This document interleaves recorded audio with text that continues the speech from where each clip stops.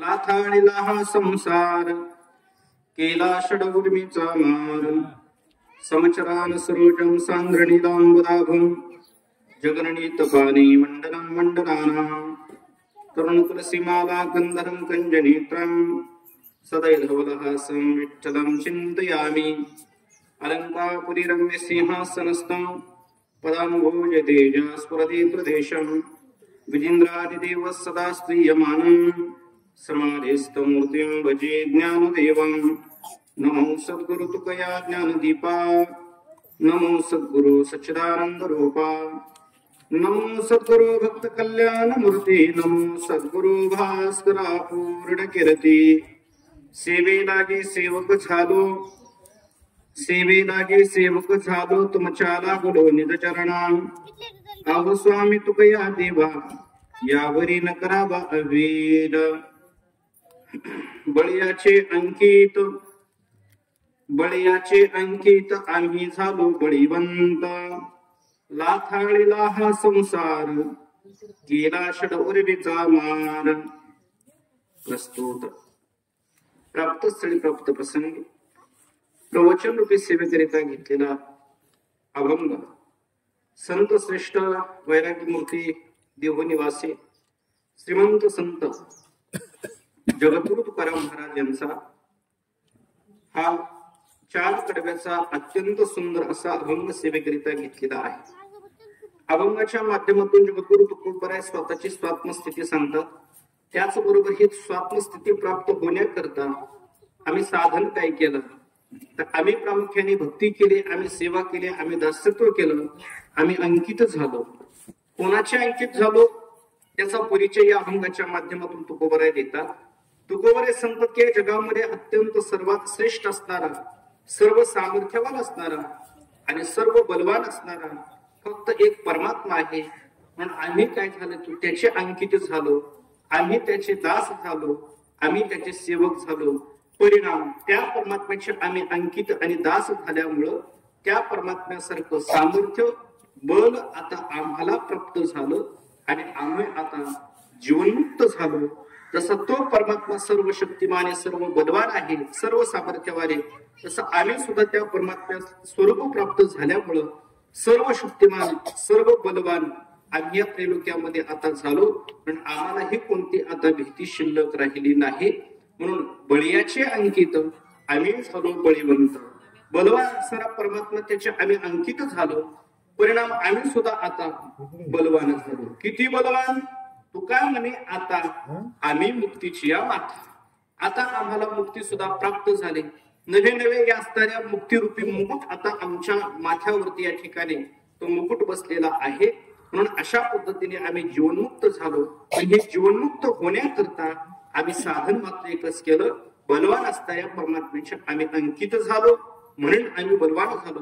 अशा पद्धतीने तुकोबराय या अभंगाच्या माध्यमातून या ठिकाणी चिंतन मांडतात आणि आम्ही जीवनमुक्त कसे झालो याचं गोड चिंतन या अभंगाच्या माध्यमातून जगद्गुरु तुकोबराय या ठिकाणी आपल्या समोर मांडतायत. असो अभंगावरती चिंतन करत असताना ज्या निमित्ताने हे असणारी प्रवचन सेवा संपन्न होते ते निमित्त आपल्या सर्वांना शुद्ध आहे. आपल्या या पिंपळगाव मधील आदर्श असणारा आपला शिंदे परिवार आणि शिंदे परिवारातील आदर्श असणारे व्यक्तिमत्व कैलासवासी जगन्नाथ संभाजी शिंदे यांचं 1 वर्षापूर्वी आणि अकस्मित असं निधन झालेलं आहे. त्यांच्या पश्चात असणारा जो काही परिवार आहे त्याच्यामध्ये पत्नी असणाऱ्या श्रीमती सुनीता जगन्नाथ शिंदे पत्नी आहे. त्याचप्रमाणे मुलगा असणारा किशोर जगन्नाथ शिंदे आणि मुलगी असणारी राजश्री अमोल बनकर. अशा पद्धतीचा या ठिकाणी परिवार प्रामुख्याने आणि जगन्नाथराव यांच्या पश्चात त्यांच्या पाठीमागे आहे. या परिवाराला घरातील कर्ते व्यक्ती गेल्याच्या नंतर निश्चित या ठिकाणी फार मोठं आणि दुःख आहे. दुःख होणं हे स्वाभाविक आहे, दुःख होणं हे साहजिक आहे. या मोठ्या संकटाला, या फार मोठ्या दुःखाला या परिवाराला 1 वर्षापूर्वी सामोरे जावं लागलेलं आहे. पाहता पाहता 1 वर्ष पूर्ण होत आलं. या वर्षामध्ये या असणाऱ्या जगन्नाथराव यांचं उत्तर कार्य करत असताना सर्व विधी या परिवाराने या ठिकाणी यथोचित पार पाडलेले आहे आणि आज श्राद्ध संपन्न होते. म्हणजे देह ठेवल्याच्या नंतर अंत्यविधी अंत्यविधीनंतर या ठिकाणी सावडण्याचा विधी झाल्याच्या नंतर या ठिकाणी दशक्रिया विधी असेल, 13वा विधी असेल, त्यानंतर 14व्या दिवशी कुंभ श्राद्ध असेल. हे सर्व विधी या परिवाराने या ठिकाणी यथोचित फार मोठ्या श्रद्धेने हे श्राद्ध संपन्न केलेलं आहे. त्यानंतर मासिक श्राद्ध म्हणजे महिना जीव घालणे ही फार मोठ्या श्रद्धेने केलं. आणि त्यानंतर आज बरोबर 12व्या महिन्याला म्हणजे 1 वर्षानंतर आज या ठिकाणी वर्ष श्राद्ध संपन्न होतोय. हा सर जेव्हा स्वर्गामध्ये पोहोचत असतो, स्वर्गामध्ये कर्मधर्म पाहून त्यांना पुढची गती दिली जाते. पण ही गती देत असताना आज परिवाराचं आद्य कर्तव्य आहे, इथं पिंडदान करावं लागतं. इथं संकल्प सोडला, पिंडदान केलं, तर्पण केलं की मगच या जीवात्म्याला पुढची गती प्राप्त होत असते. उत्तमची गती तो एक पावेल, उत्तम भोगील जीव खाणे. या आपल्या गेलेल्या व्यक्तीला उत्तम प्रकारची जीवखाने प्राप्त व्हावी, उत्तम गती प्राप्त व्हावी, त्याकरता या परिवाराच्या वतीने हे श्राद्ध संपन्न केलं जाते. आणि म्हणून आजचा दिवस या परिवाराच्या दृष्टीने, गेलेल्या व्यक्तीच्या दृष्टीने आणि परिवारातील असणाऱ्या व्यक्तींच्या दृष्टीने अत्यंत महत्वाचा दिवस म्हणजे हा श्राद्धाचा दिवस आहे. पण हे श्राद्ध संपन्न केलं जाते, जे श्रद्धेने केलं जातं याला श्राद्ध म्हणतात. व बाकीचे करतात म्हणून करणे यालाही काही अर्थ नाही. त्या करण्यामध्ये श्रद्धा असायला पाहिजे. आज या परिवाराच्या वतीने श्रद्धेने हे सर्व श्राद्ध संपन्न केलं जाते. प्रथमतः परिवाराला धन्यवाद दिले पाहिजे. त्याच्यामध्ये प्रामुख्याने पत्नी असेल, त्याचप्रमाणे मुलगा असेल, मुलगी असेल, या सर्वांना धन्यवाद. या ठिकाणी अन्नदान आहे, नामस्मरण घडावं म्हणून ही सारी प्रवचन सेवा आहे. आणि या ठिकाणी पिंडदान, या सर्व गोष्टी यथोचित या परिवाराच्या वतीने संपन्न होत आहे. या परिवारातील एक घटक आमचे अत्यंत जीवलग असणारे मित्र आणि आमचे पंढरीचे वारकरी असणारे आणि आमचे वारकरी मित्र असणारे आदरणीय आणि उद्योगपती असणारे श्री किरणजी रासकर म्हणजे भाचेत या परिवाराचे सुंदर असं त्यांनी हे नियोजन केलेलं आहे. आणि ही असणारी प्रवचन सेवा जवळजवळ महिने 1.5 महिन्यापूर्वी याचं नियोजन करून माझ्याकडे ही असणारी सेवा सोपवलेली आहे. खरं तर अत्यंत प्रेम, अत्यंत स्नेह, एवढा मोठा कामाचा व्याप आहे, पण एवढ्या व्यापातून सुद्धा आठवण काढणार आणि आमच्या सर्व वारकरी मंडळींना फोन करणार, किरण सगळ्यांना फोन करणार, आठवण झाली की कसं काय बरं आहे का.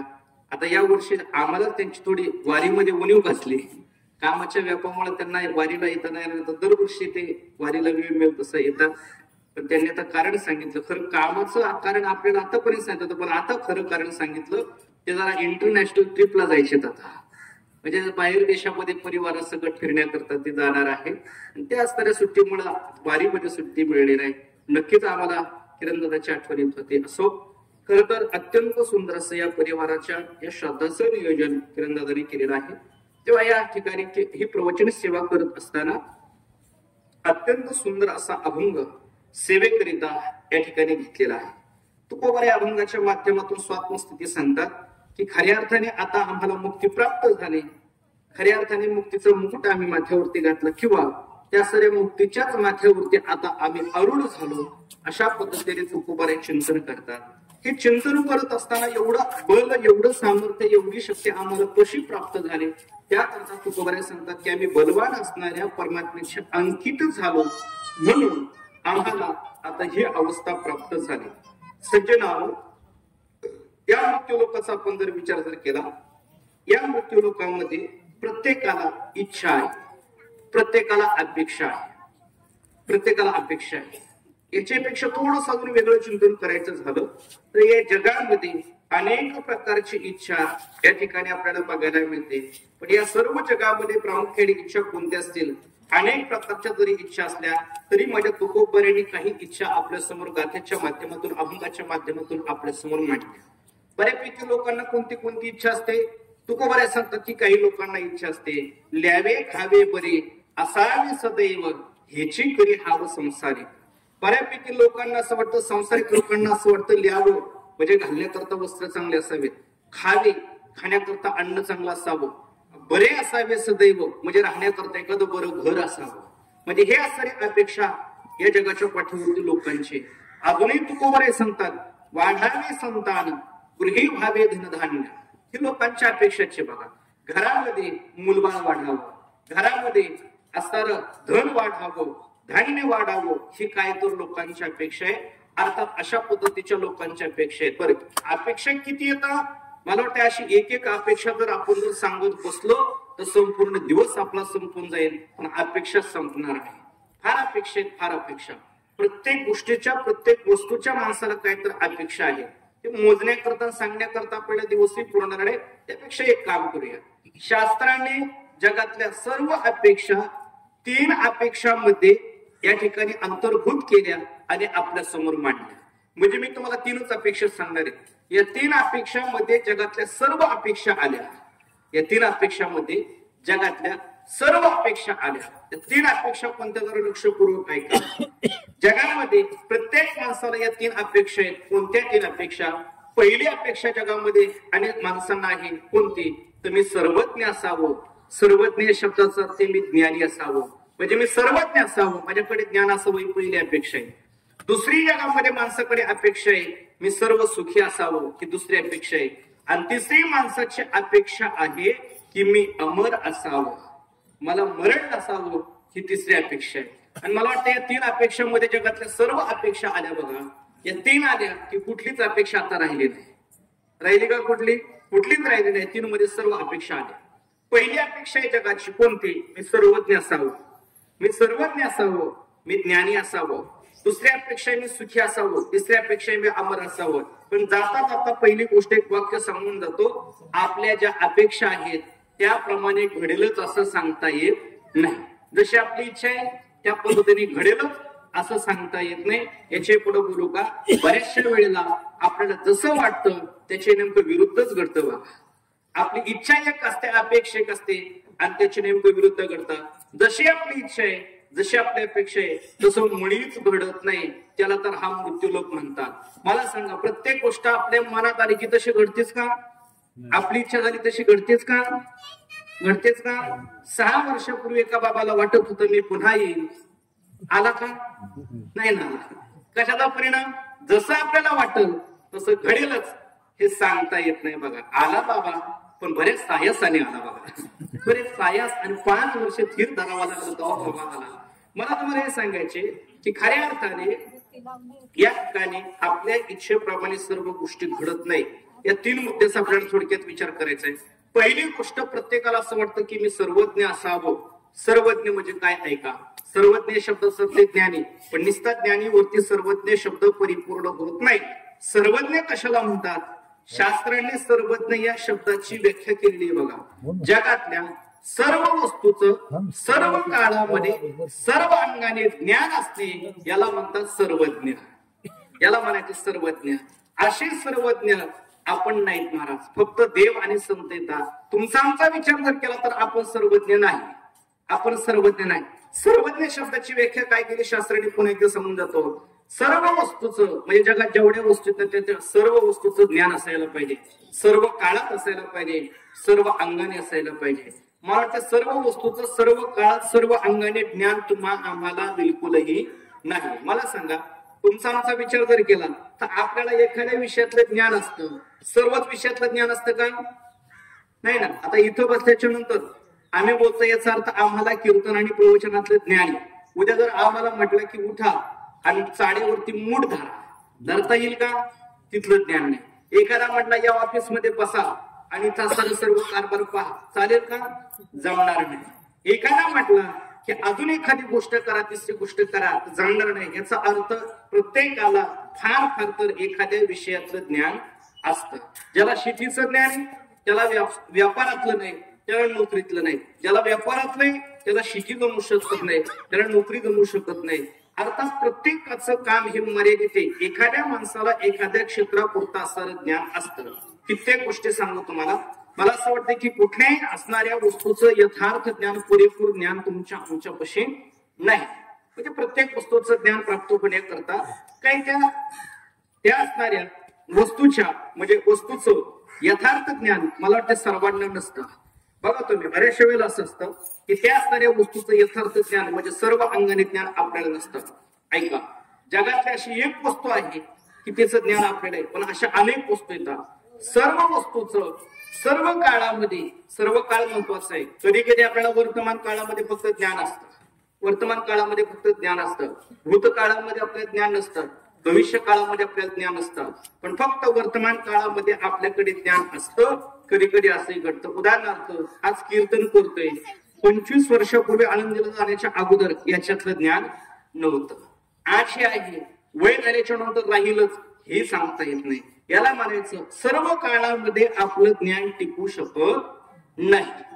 बाळासाहेबांना उत्तम बैल हाणतात. कधी हाणतात? सध्याच्या काळात. 5-10 वर्षाचे होते तेव्हा हानीत होते का? म्हणजे भूत काळामध्ये तुम्ही बैल हाणत नव्हता. भविष्य काळामध्ये वय झाल्याच्या नंतर तुम्ही बैल हाणतालच म्हणून सांगता येत नाही. याला म्हणायचं की ही काळामध्ये आपल्याकडे ज्ञान टिकत नाही. आलं लक्षात? ऐका, सर्वज्ञ होण्याकरता जगातल्या सर्व वस्तूचं ज्ञान असायला पाहिजे. दुसरी गोष्ट सर्व काळामध्ये असायला पाहिजे. आणि तिसरी गोष्ट सर्व अंगाने असायला पाहिजे. सर्व अंगाने असायला पाहिजे. हे सर्व अंगाने सुद्धा आपल्याकडे ज्ञान नसतं. बऱ्याचशा वेळेला असं होतं. मी म्हणतो हे संप्रदायातले वगैरे उदाहरणं फार जड होतील आपल्याला. एकदम साधं सोपं सांगतो. हे मला वाटतं यथार्थ ज्ञान आपल्याकडे नाही. अहो, सामान्य गोष्टीचं ज्ञान, ज्या गोष्टी रोज आपल्या बरोबर आहेत किंवा आपल्या परिचयाच्या आहेत, आपल्या डोळ्यासमोर येतात, त्या वस्तूचं सुद्धा आपल्याला ज्ञान नसतं. आपण सर्वज्ञ कसं आपल्याला म्हणायचं? मला सांगा, ज्या घरामध्ये आपला जन्म झाला, ज्या घरामध्ये आता आपलं 70, 80, 90 वय आहे, असं ज्याचं आयुष्य एखाद्या घरामध्ये गेला, त्या प्रत्येक माणसाला विचारा, कुठल्याही माणसाला विचारा की तुमच्या घरामध्ये आत्ताच्या स्थितीला तांबे किती, मला वाटते ते सुद्धा सांगता येत नाही. ज्याचं 60-70 वय झालं, ज्या घरामध्ये 60-70 वर्ष राहिला, त्या माणसाला आपल्या घरामध्ये तांबे किती हे विचारलं तर काही तेही सांगता येणार नाही. आपण सर्वज्ञ कधी होणार? पुरुषांचं जाऊ दे, थोडं माता मोराडला विचारतो, पण तुम्हाला विचारताना ह्यांना तरी फुकट प्रश्न विचारला, तुम्हाला फुकट नाही विचारणार, तुम्हाला बक्षीस देणार आहे बघा. तुम्हाला सवय लागली तर 1,500 घ्यायची. प्रश्न सुद्धा आता 1,500चाच विचारणारी बघा. तुमच्या प्रश्नाकरता उत्तर दिलं की तुम्हाला 1,500 रुपये आहे, पण तुम्हाला वेळ थोडी बघा. म्हणजे एका सेकंदात तुम्ही उत्तर दिलं तरच 1,500 रुपये माझ्याकडे आहेत तसे. हा, आणि कमी पडले तर किरणदादाकडून घेईल मी, पण तुमचे पैसे तुम्हाला देत. प्रश्न फार सुंदर आहे. ऐका, इतर बसलेल्या माता मावल्यांना माझा प्रश्न आहे की तुमच्या डाव्या हातात आणि उजव्या हातात एकूण बांगड्या किती? तुमची वेळ संपली. मोजून सांगू नका. मोजून तर कोणी सांगेल. मला सांगा, 24 तास तुमच्या हातामध्ये बांगडे, पण त्या बांगड्या किती हे तरी तुमच्या लक्षात आहे का? ज्या घरामध्ये आपण राहतो त्या घरामध्ये वस्तू किती येतात, कोणत्या वस्तू किती येतात हे सुद्धा आपल्या लक्षात नाही. याचा अर्थच असा आहे की आपण सर्वज्ञ होण्याकरता सर्व वस्तूचं सर्व काळामध्ये सर्व अंगाने तुमच्या आमच्याकडे ज्ञान नाही. त्यामुळे सर्वज्ञ होण्याची इच्छा जरी असली तरी आपण सर्वज्ञ होऊ शकत नाही. आपण सर्वज्ञ नाही. चला, आता दुसरा मुद्दा आहे का, म्हणजे दुसरी अपेक्षा आहे. या जगामध्ये प्रत्येक माणसाची दुसरी अपेक्षा कोणती? मी सर्व सुखी असावं. मला वाटतं ही सुद्धा माणसाची अपेक्षा आहे, पण सुखी असं कोणीच बघायला मिळत नाही. रामदास स्वामी सुंदर वर्णन करतात की जगी सर्व सुखी असा कोण आहे, विचारे मना तुझी शोधुनी पाहे. म्हणजे खऱ्या अर्थाने प्रत्येकाने आपापल्या मनाला विचारा की या जगामध्ये सर्व सुखी असं कोण आहे. या जगामध्ये सर्व सुखी तुम्हाला कोणीच बघायला मिळणार नाही. प्रत्येकाच्या वाट्याला कोणतं ना कोणतं दुःख हे आहेच. कोणतं ना कोणतं हे दुःख आहेच. तुम्हाला सर्व सुखी मनुष्य या जगतामध्ये बघायला मिळणार नाही. फक्त फरक एक आहे, प्रत्येकाचा गोड गैरसमज आहे. प्रत्येकाला असं वाटतं आपल्यापेक्षा त्याचं जरा बरे, आपल्यापेक्षा त्याचं जरा बरे. बरं कुणाचंच नाही, बरं कुणाचंच नाही हेच खरं आहे, पण ते खरंच आपल्याला कळत नाही. ते खरं असलं तरी खरंच आपल्याला कळत नाही की आपलं बरं नाही. नवे नवे या मृत्यू लोकात कोणाचंच खरं नाही, कोणाचंच बरं नाही. पण हे तुमच्या आमच्या लक्षात येत नाही. बऱ्याच वेळेला माणसाला असं वाटतं की खऱ्या अर्थाने आपल्यापेक्षा समोरचा जरा सुखी आहे, समोरचा जरा बरं आहे, पण त्याच्या अंतःकरणामध्ये त्याचं दुःख त्याला माहित असतं. तुकोबऱ्या सुंदर वर्णन करतात की कोणत्या माणसाला कोणतं दुःख हे सांगता येत नाही. कारण दुःख एक आणि दोन प्रकारचं नाही की आपल्याला जे आहे तेच या माणसाला असेल असं सांगण्याचं कारण नाही. प्रत्येकाच्या दुःखाचं कारण हे वेगवेगळे भिन्न आहे. तुकोबरे सांगतात की या जगामध्ये एक आणि दोन प्रकारचं दुःख नाही हो, मग किती प्रकारचं दुःख आहे? तुकाराम महाराज सांगतात, अनेक दुःखे सांगू मी किती, सकळ संसाराची स्थिती न साही पाषाण फुटते, भयकाप चित्ती भरलासे. तुकाराम महाराज सांगतात की अरे प्रत्येकाच्या जीवनामध्ये वेगवेगळं दुःख आहे. कारण अनेक प्रकारचं दुःख आहे की जे दुःख, त्या दुःखाची यादी, त्या दुःखाचा पाडा जर दगडाला सांगायला गेलो तर दगडाचे तुकडे होतील. दगडाला पाजर फुटल एवढं मोठं दुःख काय तर मानवी जीवनामध्ये आहे. भयंकर दुःख आहे, खूप मोठं दुःख आहे, अनेक प्रकारचं दुःख आहे. खर तर या दुःखाची आपण कल्पना करू शकत नाही, या दुःखाची आपण या ठिकाणी वर्णन करू शकत नाही. अनेक प्रकारचं दुःख आहे. मी तर म्हणतो जाऊ द्या, माणसाच्या जीवनामध्ये किती दुःख आहे महाराज, किती दुःख आहे. अगदी साधं सोपं बोलू का, अहो प्रत्येकाच्या वाट्याला दुःख आहे. सकाळचं दुःख आहे, दुपारी दुःख आहे आणि संध्याकाळी सुद्धा काय सुख आहे का? दुःखच आहे ना. बऱ्यापैकी लोकांना सध्या भाकर कमी खायची पण गोळ्यात जास्त खायच्यात. दुःखाचाच प्रकार आहे ना हा सुद्धा, आहे का नाही? म्हणजे आजार एवढी वाढली, भाकर कमी पण गोळ्यात जास्त खायच्या. काही लोकांचं जेवण भाकरीवरती नाही गोळ्यावरती चालू आहे, गोळ्यावरती चालू आहे. सकाळी उठल्याबरोबर गोळ्या, चहाच्या आधी गोळ्या, चहा पिल्याच्या नंतर तुम्ही फक्त गोळ्या म्हणा, बाकी सगळं मी सांगतो. नाश्त्याच्या आधी गोळ्या, नाश्ता झाल्यावर, जेवायच्या आधी दुपारी गोळ्या, जेवण झाल्याच्या नंतर गोळ्या, 4 वाजता चहाच्या आधी गोळ्या, चहा झाल्याच्या नंतर गोळ्या, संध्याकाळी जेवणाच्या आधी गोळ्या, जेवण झाल्याच्या नंतर गोळ्या, झोपायच्या आधी गोळ्या, झोपी गेल्यावर म्हणा गोळ्या, त्या सुद्धा द्याव्या लागतील. काही दिवसांनी झोपीत सुद्धा सुरू कराव्या लागतील. एवढं माणसाचं जीवन बिकट झालेलं आहे बघा. आजाराने ग्रासलेले माणसाला मी नेहमी सांगत असतो की बाबांनो, खऱ्या अर्थाने माणसाकडे आता सध्या रोग एवढे वाढलेले आहेत की भाकर कमी पण गोळ्या जास्त खाव्या लागतात.